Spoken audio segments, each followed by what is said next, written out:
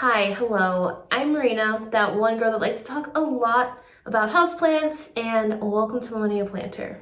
I can't believe we're finally in December, almost in 2023, which is wild. And welcome to my December favorites video, my top 7 favorites plants of December. That was a little redundant. This isn't the video I was gonna shoot for December. Actually, I wanted to really do a top whatever many plants, like my top favorite houseplants of 2022 of like the whole year. But then I thought, I feel like you guys hear about my top favorite plants all the time, like my Splendid, my Varicosum, my Mexicanum. So I just decided to just do a regular favorites video. I missed November's, so here we are in December. If you guys still want to see like a top favorite plants of like 2022, definitely let me know and I will be more than happy to do that video for you. But for now, let's just get on with my top 7 of December. Also, can I just add, I hope you all are doing well, and I hope you all have a wonderful holiday season. I think this is probably going to be my last video of the year until January, just because the holidays are always a busy time for everybody. So, I don't know, maybe I'll have like one more plant chores video coming out. I'm not sure, but I hope you all have a good holiday season. Anyways, plant number 1 is going to be my Thanksgiving cactus. So she looks a little sad now. She still has actually a lot of buds that are going to be opening up soon, but wow, oh wow, this girl put in work this year. Let me tell you, I don't remember her blooming this much last year, and this year, I mean, I remember one time I just like walked into my room and she was just this beautiful plant with all these beautiful pink and red flowers. So she has both. I'm assuming it's just 2 different types of Thanksgiving cactus that are in here. Two different Thanksgiving cacti. Is that how you would say it? I'm not sure. Oh, you can actually see this red flower here. It's dying off. So we have that red flower and then we have this pink flower. So it's super cool to see. It was really beautiful to see together too. And this is my first time experiencing my Thanksgiving cactus having that many blooms and being that full, and it was just so amazing. I actually really love this plant. I would love to eventually get a Christmas cactus as well. I just think they're so cute and adorable. I love their little paddled leaves. I don't even know what you would call this. And how cute does that look with the little bloom? Kind of reminds me of like an Opuntia with a little bloom that's about to come out. She's just amazing. And now I need to get a Christmas cactus in my life, maybe an Easter cactus. I don't remember what they all look like, but I think the Easter and the Thanksgiving cactus look really similar, and then the Christmas cactus looks different. I'm not sure, but whichever one looks the most different, that's the one that I want. And also, if you didn't know, these are jungle cactuses. So if you're struggling with yours, try giving it a little bit more water and a little bit more humidity.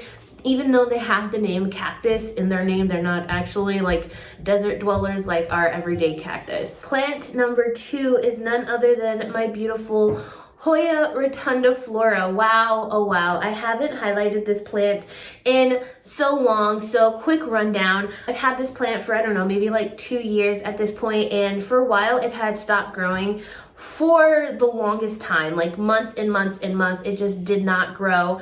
Ended up treating all of my Hoyas for flat mites, and boom, we have this whole tendril shooting out so much new leaves. The leaves are just getting nice and big and beautiful, and it's just so exciting. And it did just have the tiniest new tendril that was coming out, but it has since died. So that's just telling me in my head I definitely need to get around to that second treatment. But if you want to check out that whole video of me like treating my entire Hoya collection, I'll leave it in the description box below. But look at this come up. She just did absolutely amazing and responded to treatment so phenomenally well, and I couldn't be happier. I've always loved rotundiflora just because they have the cutest little square leaves. It kind of reminds me of like the thumb from Spy Kids, the little thumb characters. And then it also kind of reminds me of like a platypus tail or maybe like a beaver tail. That should be like the alternative name, like the beaver tail plant, but that would also be kind of weird. And they also have like a slight fuzziness to them. It's nothing too crazy, like nothing you can feel like a Hoya coronaria, but it does have like a slight fuzz, almost like a peach fuzz kind of to it. And it's just a really cool, funky Hoya, one that you don't really see in everyday collections, just like that leaf shape. You don't ever really see that leaf shape in any type of plant, and I love plants with different types of foliage, which is actually what brings me to my next favorite plant of December, which is my philodendron jungle boogie, who's giving off kind of like Ring of Fire vibes because her leaves have, I don't know if this is like old thrips damage or what, but she's definitely giving me like a mottled feel. I just thought that was funny because she does definitely have that pink caramel color to her right now. It's kind of hard to see on camera, but definitely gives me Ring of Fire vibes. But Jungle Boogie is so amazing, and like the Rotundiflora, they have these beautiful shapes to them, like this serrated edge. Oh, that is just absolutely stunning, and definitely just a fun, really easygoing plant. You can even see her new little leaf coming in right there. So this plant, it requires such little attention. Like, I water her when I remember, and she's also in a pretty low light area. She's like on a bottom shelf receiving like very little light, and she's still pushing out amazing, beautiful foliage. This discoloration is kind of worrisome because it really doesn't look like pest damage. I'm wondering maybe if it's fungal related, so I'm gonna have to treat her. And it's weird because it's only in certain spots, so it's only like on this half of the leaf, but it's not on this half of the leaf. I wonder if it's like when they get stuck for a little bit when they're unfurling. That definitely could be it. But besides that, like, she's just an amazing plant. I think these plants are super underrated. I guess Ring of Fires are pretty popular because of the variegation, but like Jungle Boogie, just go for it. Like, you don't need a Ring of Fire. This plant, this leaf shape is more than enough. I mean, at least in my opinion. She just checks off all those boxes of everything I love about plants, and really I can't say enough good things about her. So philodendron, Jungle Boogie, really beautiful, really easy, really cool. Plant number 4 is one plant that I have talked a lot of shit about in the past, but recently she has stolen my heart, and it is Anthurium dorayaki. I'm trying to remember because part of me feels like I maybe highlighted her in my favorites of October. No, actually I didn't, because in October I did a Knott's favorites video. Wow, so it's been a minute since I've done a favorites video. Anyways, maybe it was like a plant tours video that I highlighted her, but check out her newest leaf. It's incredible, isn't it? It's insane. I mean, if we do a head test, it's hard to do a head test because this plant is just so, yeah. So it's like the size of my head, and y'all, I have a big head. Like, it's a little embarrassing. You would think like a large brain is in there, but it's not. My brain is mush. Anyways, that's another story for another day. But Anthurium dorayaki, the thing I love about this plant the most is how compact it is. And I really think that's what, just like, I'm going through this phase right now where I am getting rid of all my Anthurium. I sold my Queen, my Magnificum, my Forgetii, and I'm really sticking to only the few Anthuriums that don't cause me any problems and any stress. And Anthurium dorayaki definitely checked that list, made it to the safe side of that list, I should say, because she's amazing. She's compact, she grows really well, she requires minimal care. Like, she's not picky, like too picky about humidity. She's not super picky about watering, because I let this girl dry out quite a few times, way more than ideal conditions, and she just rewards me with huge, massive leaves. So wow, I can't wait to see what happens in 2023 with her. I don't know how much bigger her leaves are gonna get. It's really hard finding like a mature plant of dorayaki, because I think it is because it's a hybrid. But yeah, there's such a cool plant, and it's even funnier to think about our origin story, because I had originally purchased her as a clairnervium, and when I received her I was like, this definitely isn't a clairnervium, and then the seller told me, oops, sorry, I mislabeled it and it's a dorayaki. And at the time I hadn't even heard of dorayaki, so it's been a fun little experiment of us just like doing life together. So once again, another another really easygoing plant, and you're gonna start noticing this new phase with me and easygoing plants from here on out in my collection. Like, I just don't have time for the fussy gals. I need easy, I need easygoing, I need a plant that does not have pick-me girl energy, you know? Now, my next anthurium that made the list of anthuriums that are going to stay in my collection is none other than Anthurium pediliflorum. And I love this plant so much. We have been through so much. So at one point a few years ago, I accidentally broke most of her leaves, and I was really sad because she was doing so well. And then I don't know what happened. I'm clumsy and I broke off all her leaves, and then I started to rehab her. She started to do a lot better, and then my cat goes and eats the leaves, which you can see right here, and then I think she had another one that like she had decimated. And my cat doesn't really come into my plant room often. She was in here more often when I had the grow tent because she used to love laying on top of the grow tent where it was like nice and warm, but not so much anymore. But somehow she had came in here and ate my plant, and I was really sad about it. She was okay, by the way, thankfully. But yeah, now she's doing amazing. Again, I should really like knock on wood because I don't want to jinx myself, but she's doing really well. So this is one of her newest leaves, and look at how massive it is, which is insane because the previous leaves don't even compare to how long that one is.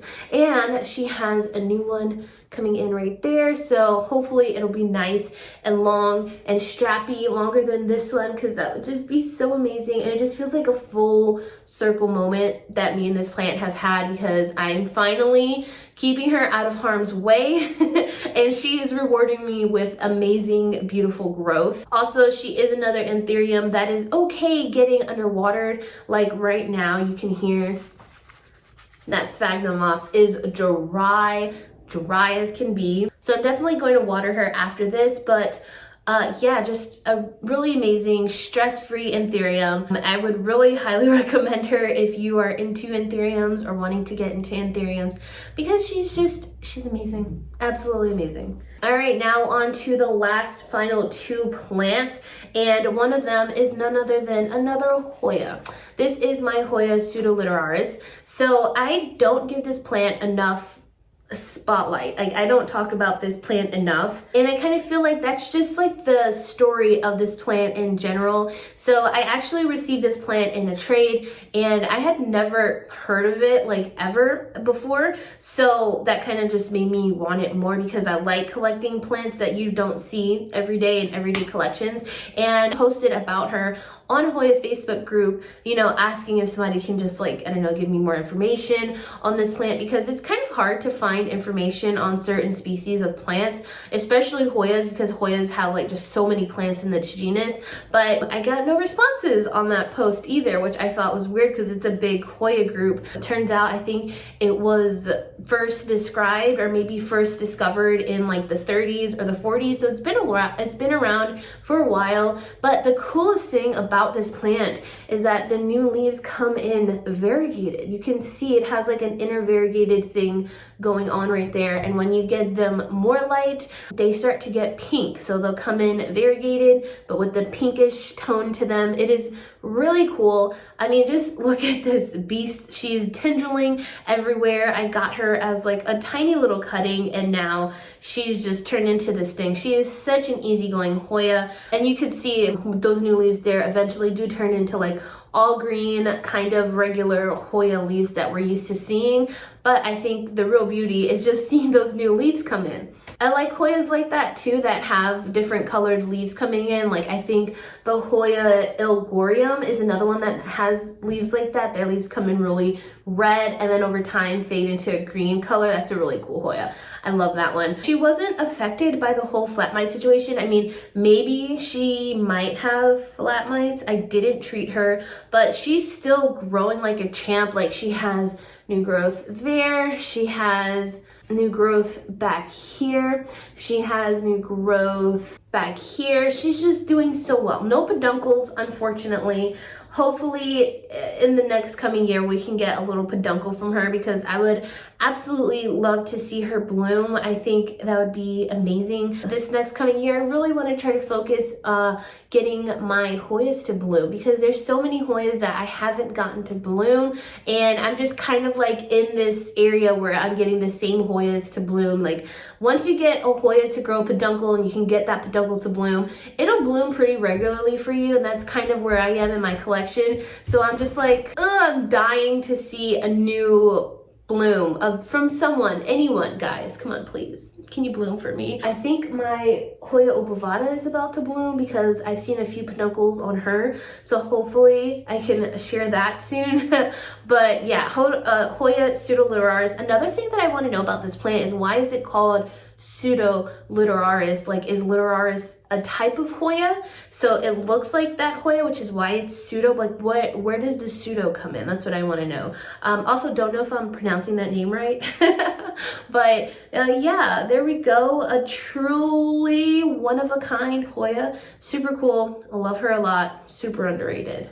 Now, my last and final plant is a big boy-esque, and it's just one plant that is just such a classic. It is a plant that I feel like every plant collector needs at least one time in their whole plant parenthood journey. It's an easy plant. It's a common plant. You can go to the big box store and get it, and personally, I cannot have enough of this plant, and it is none other than Monstera deliciosa.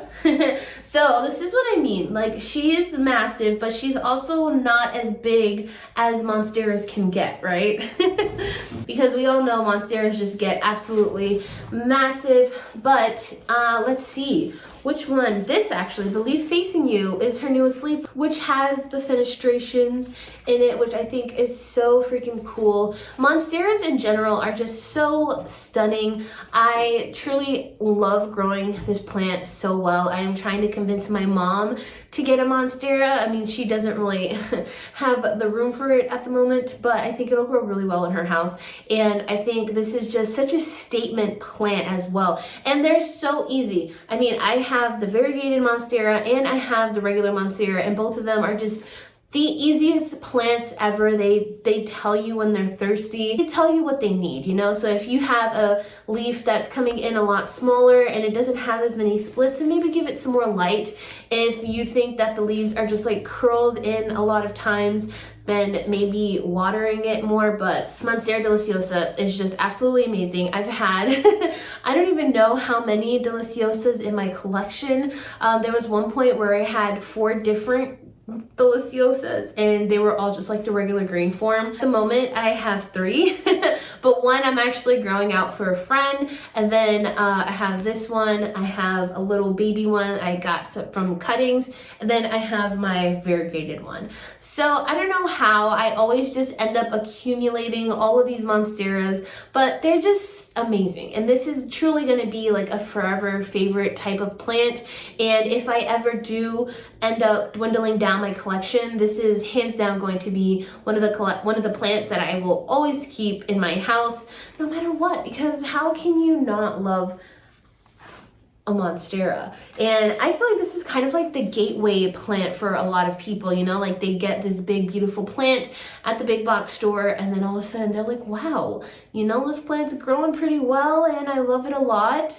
And yeah, so Monstera deliciosa, phenomenal plant. Can't say enough good things about her. And my friends, that wraps it up for my top 7 favorite houseplants of December. Wow, oh wow, we're about to be in 2023, which I can't wrap my head around. 2023, it just seems so futuristic. But it's not. Well, maybe it is. Anyways, I hope you all enjoyed. I would absolutely love to hear what your favorite houseplants of December have been. Let me know in the comments down below. I love chatting with you all. And if you made it this far and you haven't subscribed, definitely go ahead, hit the subscribe button, help propagate this community with me, and I would absolutely love to have you. With all that being said, I hope you all are staying safe, staying happy and healthy, and I will see you all in my next video. Bye!